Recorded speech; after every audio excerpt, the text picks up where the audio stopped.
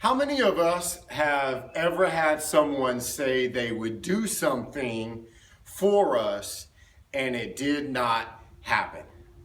Each one of us has Christmas coming up, and we've asked mom or dad for different gifts that we would like, and we see different gifts now being put underneath the tree, and we get all excited, and we'll go up to the gift and we'll shake it. Maybe some of us will sniff it, or we'll look at the different corners of the gift and we'll begin to peek. We'll open up the corner, remove some of the tape a little bit to see what it is that's inside that box or underneath the gift wrapping. And we'll put back the tape. We'll fold back the creases so that mom or dad does not notice that we have been in our gift. I remember when I was 16 years old, and during this time, Michael Jordan and the Chicago Bulls were blowing up. They were winning championships. Michael Jordan was a world phenom, and I wanted a Chicago Bulls starter jacket. I told my mom about this, the gift that I wanted. And I remember Christmas Day looking at all the different gifts and sizing up which one would look like a jacket would be in it.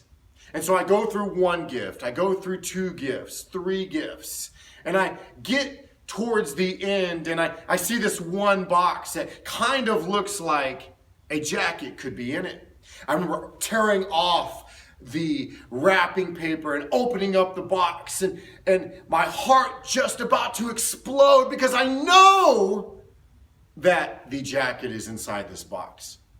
Well, I open up the box and jacket is not in the box. My heart sinks to the ground, and I was let down at the fact that I thought that I was going to get this Chicago Bulls starter jacket because it was something that I told my mom that I wanted.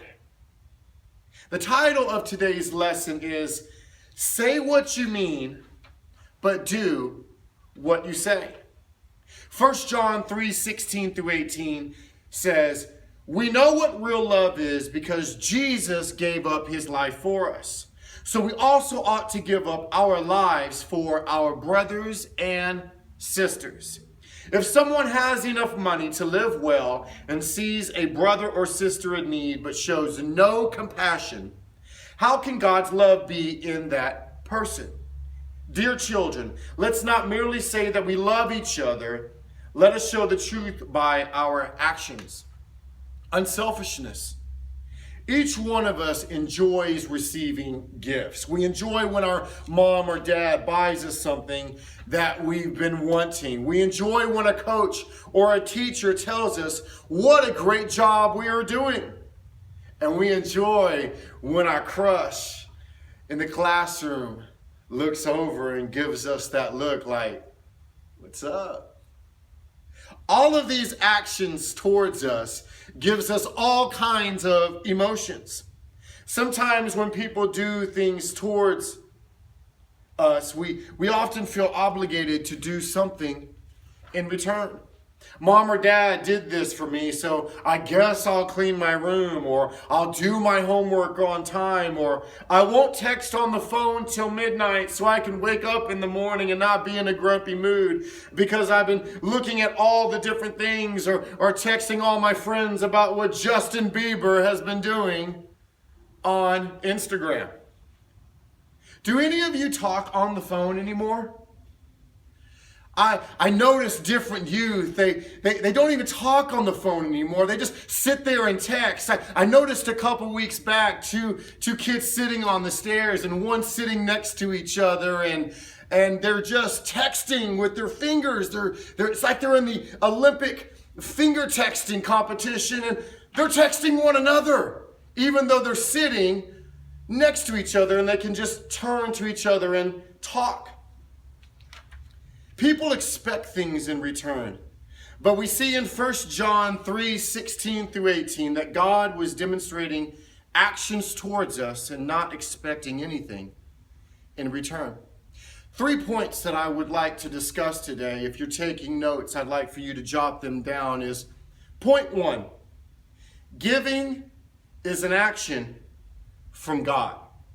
When we give unselfishly, expecting nothing in return, we are demonstrating the very character of God. God is a giver. He loves to see us smile. He loves to see his children be happy in their hearts for the different things that he's providing in our life. I believe that each of us enjoys to see other people happy, even on our bad days. We can hear about great things that people have done for others, and it makes us smile. A couple of weeks ago, some of the volunteers within our youth ministry, we went out and we fed the homeless. We gift wrapped presents a couple of days before with the youth, and within each of these gifts, there were hand warmers, there were toothpaste, toothbrushes, different food items that people living on the streets would need. And the youth, they wrapped these gifts, put a bow on them, and we had a coat that were brought so that way we can be able to give the homeless these coats on the streets so that way they can be able to be warm during this time of year. And when we went down there, we set up tables, we located different homeless people that were on the streets. And as these homeless people, they saw us setting up camp here with all the tables, with all the gifts, they were excited coming towards our table, and they were asking, hey, what's in the boxes? Hey, do you have something that I need? I need this or I need that. And each person that we gave a gift to, we could see the smile upon their face. We could see the joy that was being brought into their life at that very moment. And being able to see that joy brought happiness into our life. John 15:13 says that there is no greater love than to lay down one's life for another. Laying down one's life, as indicated in our teaching verse of 1 John 3:16, describes the importance of putting the things that we value most in order to allow someone else to prosper. The second point that I would like to discuss today is giving allows people to grow. What if we all had a plant and our assignment was to take care of this plant, to keep this plant alive, to feed it, to water it, to give it the sunlight that it needs? What would happen if we didn't do any of these things? Or if we only did 2, but not the third thing? The plant would die. Giving allows for people to grow. It allows them to know that they are cared about and that they truly matter. The third point that I would like to discuss today is giving can help to solve problems. Each one of us has problems in our life. They can be from not being able to get better grades in math or English. We try and we try. We go to tutoring, but nothing seems to ever click. Or we try so hard to make the basketball team. We shoot one shot after another, and we work on our passing, but it never seems like it is ever good enough. There are many people each day asking for help. Many people needing random acts of kindness to be able to help them to grow. Many people needing random acts of kindness to help solve the problems that are in their life. And during this time of year, money is being spent on all types of gifts for Christmas. Each one of you are asking for different things for Christmas. And each one of these gifts costs money. And some of your parents may not have the money to be able to get what you want. Maybe that was the case for why I didn't get the Chicago Bulls starter jacket. But they try anyway, because they know what joy it will bring to your life. John 3:16 says, "For God so loved the world that he gave his one and only Son, that whoever believes in him would not perish but have eternal life."